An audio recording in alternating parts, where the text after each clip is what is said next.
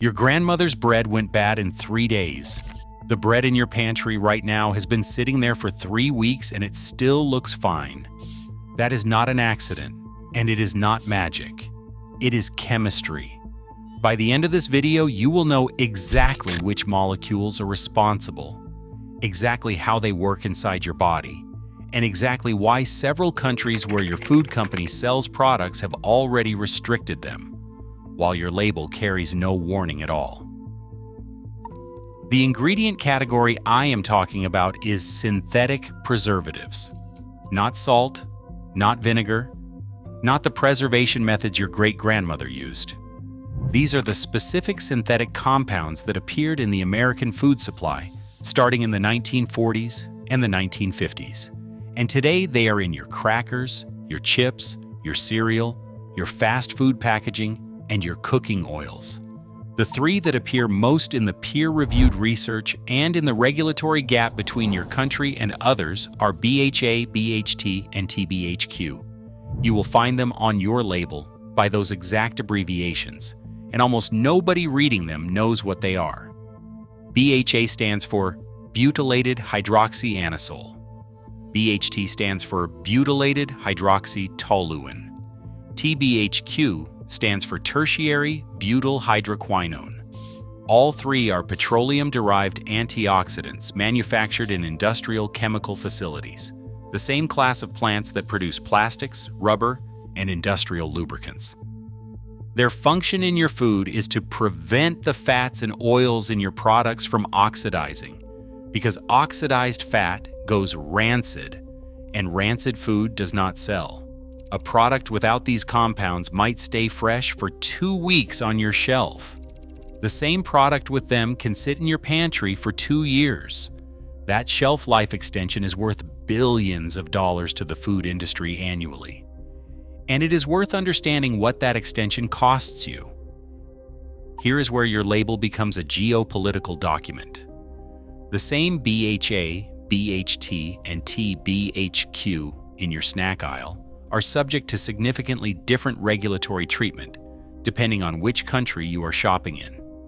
The European Food Safety Authority has classified BHA as a possible human carcinogen. Japan restricted BHT in food in 1958, more than 60 years ago. The state of California lists BHA as a known carcinogen under Proposition 65. The U.S. Food and Drug Administration classifies all three as generally recognized as safe. Same chemistry, same molecule, different governments, different conclusions. And your label tells you none of that. So let me give you the mechanism, because this is the part most food content skips. BHA, BHT, and TBHQ work by donating electrons to free radicals in the fat molecules they protect, interrupting the chain reaction of oxidation that would otherwise turn oil rancid. That is the industrial function. The concern in the research is that this same electron-donating reactivity does not simply switch off once you consume these compounds. In animal studies conducted at the National Toxicology Program, a division of the U.S. Department of Health and Human Services, BHA produced 4 stomach tumors in rats, mice, and hamsters at elevated doses. The National Toxicology Program has listed BHA as reasonably anticipated to be a human carcinogen since 2011. That is not a fringe finding. That is your own government's research division reaching that conclusion. Here's the sentence I want you to screenshot and share. The FDA's generally recognized as safe designation for BHA was granted in the 1950s, before the National Toxicology Program existed, before the animal carcinogenicity studies were conducted, and before the European Food Safety Authority's 2024 review that reclassified BHA as a possible human carcinogen. The food in your pantry right now has not been reassessed against the research that exists today. It was approved against the research that existed when Eisenhower was president. That is not a conspiracy. That is a regulatory timeline. Understanding your food label means understanding that every ingredient on it carries the date of its last review, not the date of the most recent science on your behalf.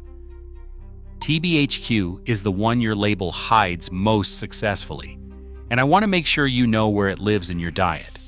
TBHQ is most commonly found in fast food cooking oils, microwave popcorn, crackers, frozen fish products, and in the packaging materials of certain snack foods where it migrates from the wrapper into the food.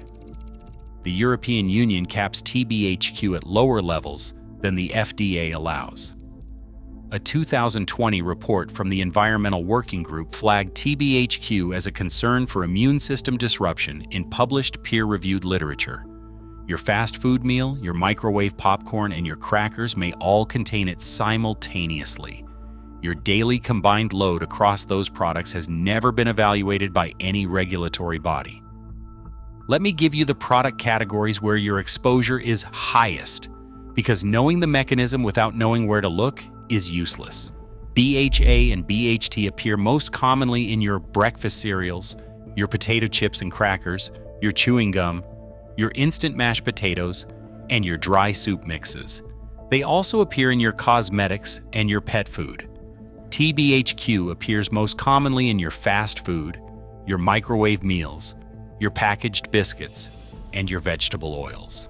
Now go check one product in your kitchen right now for BHA, BHT, or TBHQ. Drop the product name below.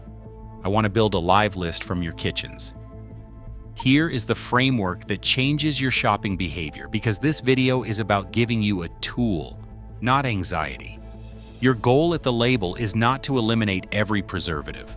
Salt and vinegar are preservatives, and they have been in your food for thousands of years with a well-understood safety profile.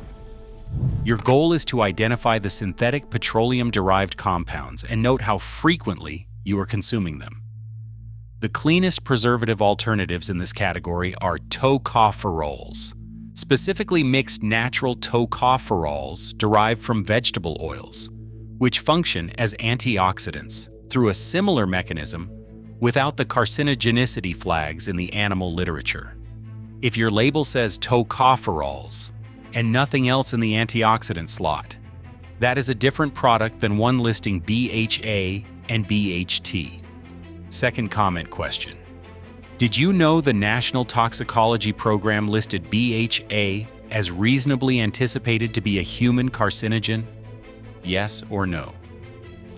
If this video gave you the 3 abbreviations, the mechanism, and the regulatory timeline your label never explains, subscribe right now, because this channel is built entirely on that gap between what your food contains and what your label tells you about it.